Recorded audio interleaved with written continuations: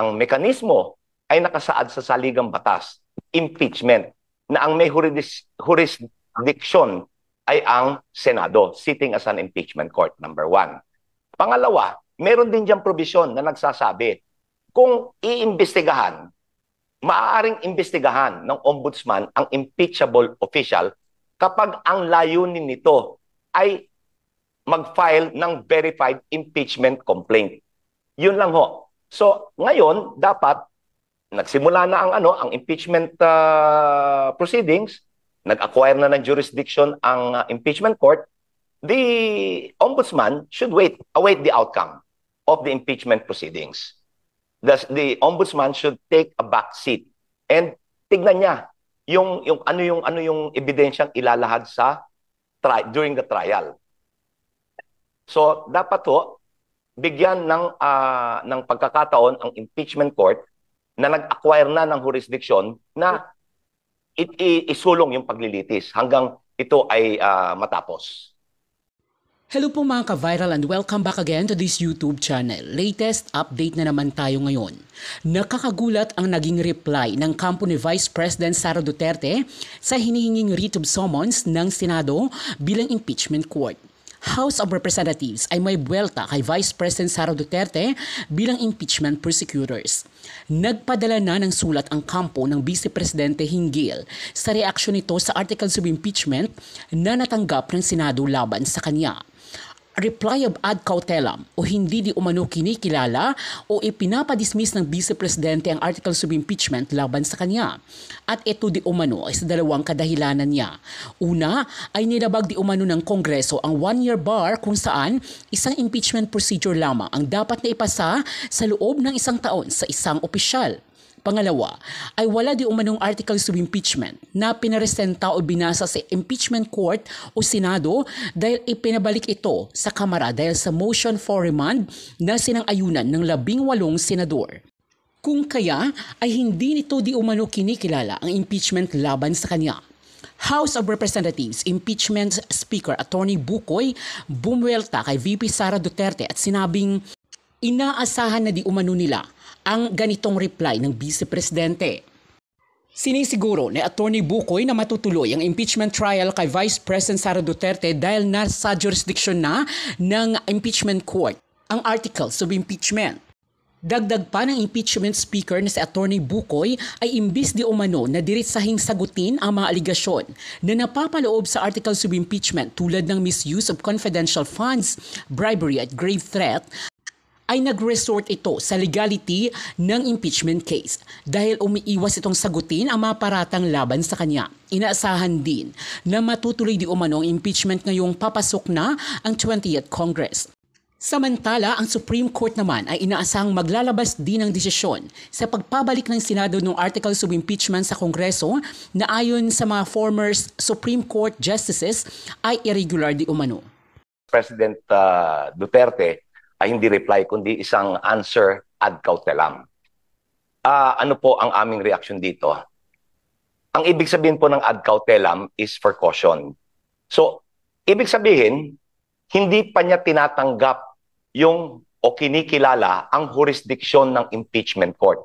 Sapagkat ayon ho sa rules, pag ikaw ay nag-file ng special appearance, dapat ilahad mo ang dahilan kung bakit mo kini-question ang jurisdiction ng husgado.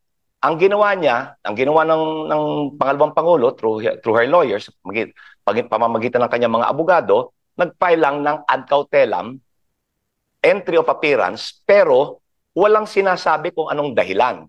Ganon din po yung kanilang ginawa nung sila ay maglahad ng answer ad cautelam.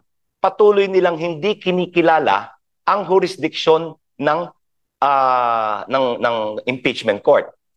So, ito po, hindi ho ito naaayon. So, as if, nag-file siya ng answer, pero hindi niya kinikilala ang jurisdiction. Number one. Pangalawa, predictable po sa mga naging pangyayari ng mga nakaraang araw bago siya naglahad ng kanyang sagot. Inaasahan na po namin ito na she will file something like this. patuloy niyang hindi kikilalanin ang jurisdiction ng impeachment court at maninindigan siya na walang jurisdiction. Meron pa nga dyan, may sinabi pa, dadagdagan ko po, sinabi na ang Articles of Incorporation is a mere scrap of paper. In other words, basura. Eh kung basura, bakit nyo sinagot? Di ba? Opo, with this po, Attorney Bukoy, kung sinasabi natin na hindi naman yun talaga reply as it is, magre-reply pa rin po ba within 5 days upon receipt ang prosecution team? Yes. Magpa-file kami ng reply. Ang deadline namin ay sa Sabado, pero palagay ko handa kaming sumagot ng mas maaga. Okay, thank you po, Attorney. Walang anuman. Thank you, Mela. Let us now turn to Bibian Gulia from ABS-CBN2. Bibian, please proceed with your questions. Attorney, magandang hapon po. Kunin ko lang po afternoon. yung komento ninyo dito sa pahayag dito sa answer ad cautelam ni Vice President Duterte. Sinasabi po niya dapat i-dismiss ang complaint dahil na-violate daw po yung 1-year bar rule. So void ab initio raw po itong reklamo. And number 2, sabi po niya there are no articles of impeachment before the court after the order to return it to the House at wala raw pong naging presentasyon ng articles before the impeachment court as required in the Senate rules. So yun po yung basis niya for calling for the dismissal. Okay, let's break down your question kasi multiple Ano po yung una ninyong katanungan? Yung void ab initio dahil daw po na-violate yung 1-year bar rule. Yan ho ay liliwanagin namin doon sa reply. Ayokong prematurely sagutin yan sapagkat yan ho lahat ay ilalahad pag-file namin ng reply. Yung pangalawa niyong tanong, sinasabi niya na wala namang articles of impeachment. Ang articles of impeachment ho ay nandiyan, nasa impeachment court. Yung articles of impeachment ay ikinalakip doon sa writ of summons na isinerve sa kanya. Kaya siya nakasagot. Buhay na buhay ang articles of impeachment.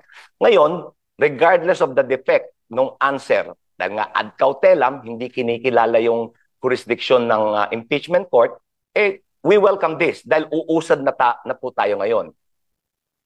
Ang importante, tumuloy tayo sa pre-trial, tumuloy tayo sa trial.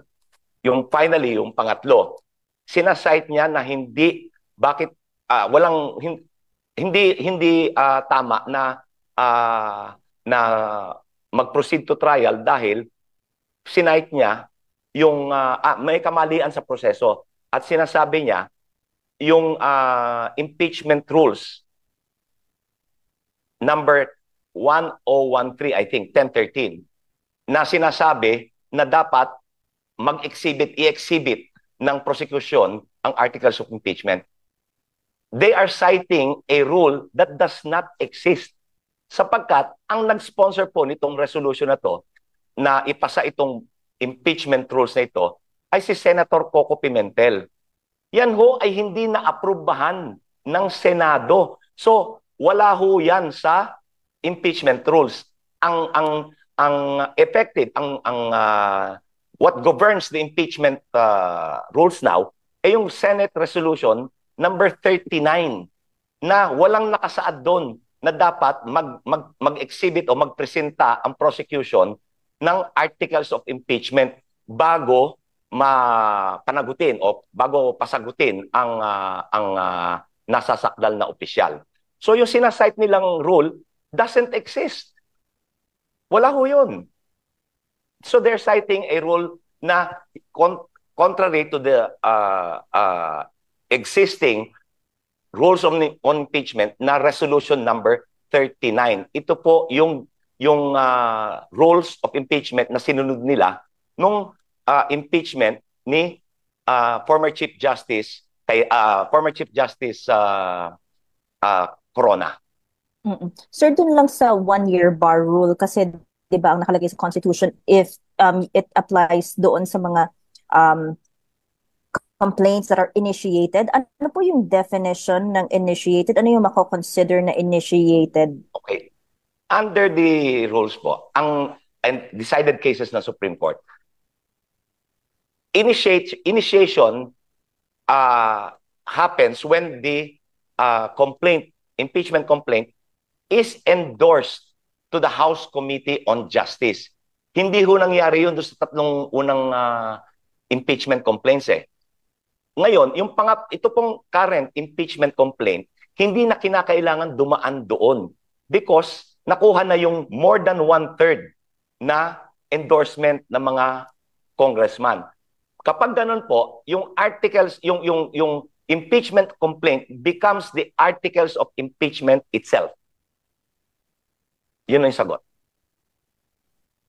And hindi ho na violate yung 1-year bar rule because yung tatlo na naunang impeachment complaint hindi ho nakaabot doon sa referral to the Committee on Justice.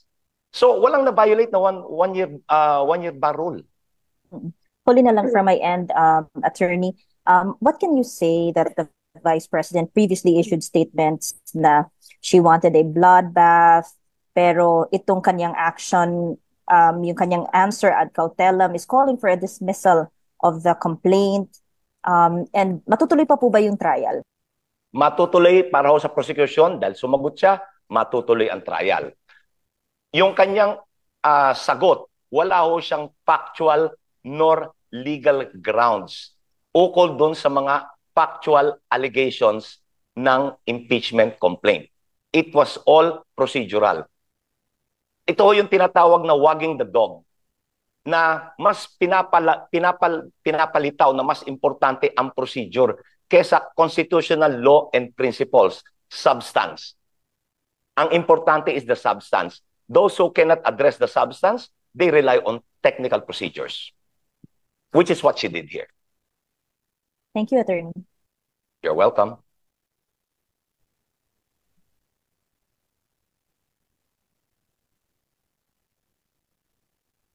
Meron pa po ba? Hello. Hello. Thank you, Bibian. Next question from Rosalie Cas of UNTV. Nasel to follow. Good Rosalie? afternoon po, attorney. Yes. Good afternoon. Yeah. Kayo po naniniwala na matutuloy po yung trial, pero yung sagot po ba ni VP Sara sa writ of summons ng impeachment court, kinokonsideran nyo rin po ba yan na tactical move to delay the trial proper? Yes, sir. Yan ho ay expected move. Kung hindi mo kayang sagutin yung factual allegations, you resort to procedure. Hahanapan mo ng ibang, idadivert mo, ililihis mo yung usapin. Yan ho ang nangyari dito. Inilihis ang usapin sa factual allegations of the complaint. Inilihis using procedural issues. Hindi ito yung bloodbath na inaasahan namin. Pero nonetheless, itutuloy namin ang paglalahad ng ebidensya sapagkat mahalaga na malaman ng sambayanan kung ano yung sakdal. Yun po. Attorney, moving forward po, do you expect, sabi nyo nga po, lagi kayong may expectation na on their part ay i-delay po yung trial proper. Pero ano po yung, if this is the case, pwede nyo po bang sabihin bakit kayo confident na matutuloy pa rin yung trial? Matutuloy ang trial because meron ng sagot. Kung ang sagot niya ay ganyan lang, yan ho ay kanyang kakulangan. Hindi po papel ng prosecution na punuan ang kanyang kakulangan. Kami ngayon, we made allegations of charges based on facts. It is now for us, ngayon ay nasa sa amin na patunayan ito. So, kaya po kami ay kumpiyansa na dapat na matutuloy na po ito. Okay po. Thank you po, attorney. You're welcome. Thank you. Thank you, Rose. We will now call Linesca Panti from GMA Online. You're recognized, Linesca. Yes, good afternoon po. Sir, Good afternoon. not exactly impeachment, but some of related. Should the ombudsman wait for the Senate impeachment court's verdict on the vice president before deciding whether she should be prosecuted or otherwise? Yes. Ang impeachment proceedings po is of primordial consideration. Yan ho ang pinakamataas na antas tungo sa panagutin ang impeachable official. Under the Ombudsman Act, Republic Act 6770, meron hong dalawang provision doon na sinasabi na ang ombudsman ay hindi pwedeng imbestigahan ang impeachable official because sapagkat ang mekanismo ay nakasaad sa saligang batas, impeachment, na ang may jurisdiction ay ang Senado, sitting as an impeachment court, number one. Pangalawa, meron din diyang provision na nagsasabi kung iimbestigahan, maaaring imbestigahan ng ombudsman ang impeachable official kapag ang layunin nito ay mag-file ng verified impeachment complaint. Yun lang ho. So, ngayon, dapat nagsimula na ang impeachment proceedings, nag-acquire na ng jurisdiction ang impeachment court, the ombudsman should await the outcome of the impeachment proceedings. The ombudsman should take a back seat and tignan niya yung ano yung ebidensyang ilalahad sa during the trial. So dapat ho bigyan ng pagkakataon ang impeachment court na nag-acquire na ng jurisdiction na isulong yung paglilitis hanggang ito ay matapos. Good morning po, Kong. Today po yung deadline ng Senate Impeachment Court sa kampo po ni VP Sara sa inisyu na writ of summons. Do you expect her camp to comply? Yun naman po yung normal process dahil binibigyan sila ng non-extendable period of 10 days to file their answer at kami naman ay bibigyan ng non-extendable period of 5 days to submit our reply. So, I think magko-comply naman sila. Ano pong significance ng compliance ni VP Sara dun po sa writ of summons? Well, malaking bagay po to dahil sa normal po na proseso, pag nagkakanda ka ng pre-trial, nakapaloob dito sa mga answers, yung kanilang mga ebidensya, yung mga depensa, at pag nagkanda ka ng pre-trial, doon minamarkahan yung mga exhibit ninyo, mga annexes ninyo. Kaya kung hindi siya makakapag-submit, wini-waive niya yung kanyang karapatan para makapag-submit ng maayos na reply. But in this case, since this is a sui generis at marami tayong mga nakikitang mga kakaiba, no, na kung minsan ay wala sa rules, siguro tingnan po natin kung ano yung mga magiging hakbang na susunod. Pero po, meron po bang magiging epekto sa House Prosecution Panel ang non-compliance ni VP Sara sa writ of summons?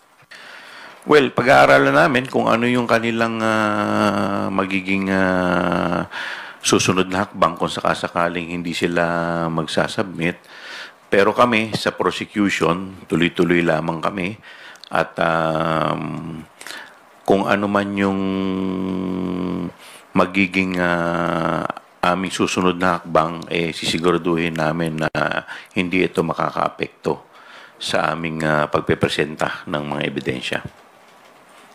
Regarding naman po sa directive po ng Ombudsman na mag-file po ng counter affidavit si VP Sara at ang respondents dun po sa allegations ng misuse ng confidential funds, kayo po yung complainant as the chairperson ng House Committee on Good Government and Public Accountability, and isa po sa miyembro ng House Prosecution Panel. Meron po bang issue kung kayo ang main complainant doon po sa mga allegations ng irregularities na reklamo sa ombudsman? Wala naman ako nakikita pong problema. Siguro ginawa lamang po ng ombudsman ay inaksyonan nila yung committee report na sinumite po namin sa plenaryo at ito ay inadapt ng plenaryo. Ito ay welcome development sa amin dahil kung maalala po ninyo nung November, sinasabi po ng ating ombudsman na wala siyang nakikitang violation ng ating vice presidente. So sa pag-akto nila dito sa ating committee report, maaring nag-iba na ang kanilang opinion dito. Bagamat dun sa isinumite naming committee report, hindi pa nakapaloob dito yung mga ebidensya namin. Kaya this is masasabi namin na parang mabilis din yung naging pangyayari. Kasi kung maalala po ninyo, noong June 10, nung inadapt ng Congress ang committee report at na-submit namin, natanggap ito nung ombudsman nung June 16. At nung June 19 or 3 days thereafter, pinasasagot na agad ang ating vice presidente. So medyo nagulat lang kami, but maasahan po ninyo na kami naman ay magko-comply dito. Kung sakasakali naman pong mag-submit ng kanyang counter affidavit ang respondent, kami naman ay humihingi ng ilang palugit para makapag-submit naman ng aming reply. So we will cooperate. Last on my part na lang po. Although you welcome this development, yun pong ilang mambabatas ay nag-issue ng concern. For example, House Deputy Minority Leader Franz Castro, nagbabala po siya ng whitewash dito po sa kinakaharap na reklamo sa ombudsman ni VP Sara, given that the ombudsman is a Duterte appointee.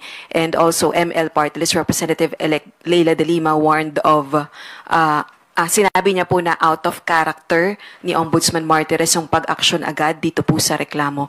Do you share the same concern?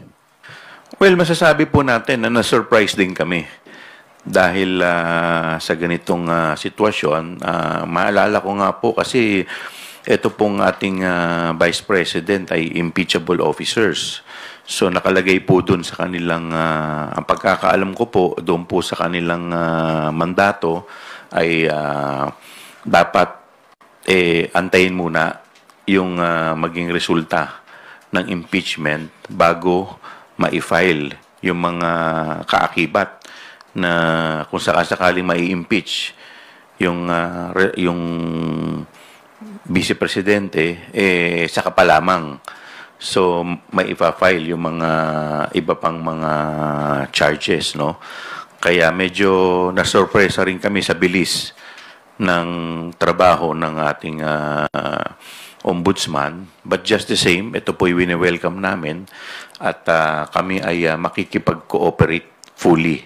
So ayaw naman po namin mag-insinuate kung ano ang nasa isip ng ating ombudsman. Baka kung makita po nila ang aming mga ebidensya, magbago ang kanilang isip. But the mere fact na inadapt nila yung aming committee report nang hindi pa man din naka-attach dun yung mga ebidensya, ibig sabihin po nun, malamang nakikita po nila, meron na pong probable cause. Thank you, Rose. Sai Chua from Congress TV is now recognized. Hello, sir. Good morning. Sir, balik po yung pwedeng mangyari dito sa usad dito sa ombudsman itong case against Vice President Sara Duterte? Well, to be honest with you, nung base po dun sa ating pagkakaalam po, dapat may fact-finding investigation pa po muna dapat ito eh. So, from there, saka lamang yung preliminary investigation. So normally pagka ganyan po may committee report, ang gagawin po niyan yung field investigation office nila magkakandak ng fact-finding investigation. Kukunin lahat ng mga ebidensya, i-gather lahat bago pa lang magpo-proceed sa preliminary investigation. So ito po parang nawala na yung fact-finding investigation, nag-proceed na agad sa preliminary investigation. But just the same, kami naman ay siyempre tayo naman makikipag-cooperate fully sa kung ano man ng nais ng ating ombudsman at mabigyan kami ng pagkakataon na makapag-submit ng aming reply at mga ebidensya na dapat na naka-attach dito po sa ating yung committee report na tinreat nila as complaint. So sir, tingin natin parang minamadali ito ng ombudsman at bakit po kaya? Ayoko naman pong mag-speculate, no? Pero tayo naman basta tayo, we will cooperate fully. Opo, and last na lang sir, paano po ba makaka-apekto itong gagawin yung pag-comply sa ombudsman dito naman sa preparation nyo for the impeachment trial? Well, kung mapapanood sana ng ombudsman yung impeachment, baka at least dito sa impeachment, medyo marami pa silang madidiscover na ebidensya. Mas maganda for us, di ba? But just the same, kung talaga namang ipupursige agad nila to, so kami naman, kahit naman sabay, makikipag-cooperate naman po kami. We will make sure na pareho yan, ay aatinan po namin. Opo, last na po, sorry sir. Para lang mas maintindihan ng ating mga kababayan, kapag sabay umusad yung impeachment trial at dun nga sa proseso sa ombudsman, ano po yung maaaring maging parusa sir sa pag na-convict si VP Sara, kung sakali lang sa impeachment trial at kung ma-convict din siya dito nga sa proseso naman ng ombudsman, just for context lang po sa ating mga kababayan, kasi baka sabihin nila bakit may dalawang proseso pang nagaganap, para lang maintindihan yung pagkakaiba nung magiging resulta kung sakali. Okay. Sa impeachment trial po,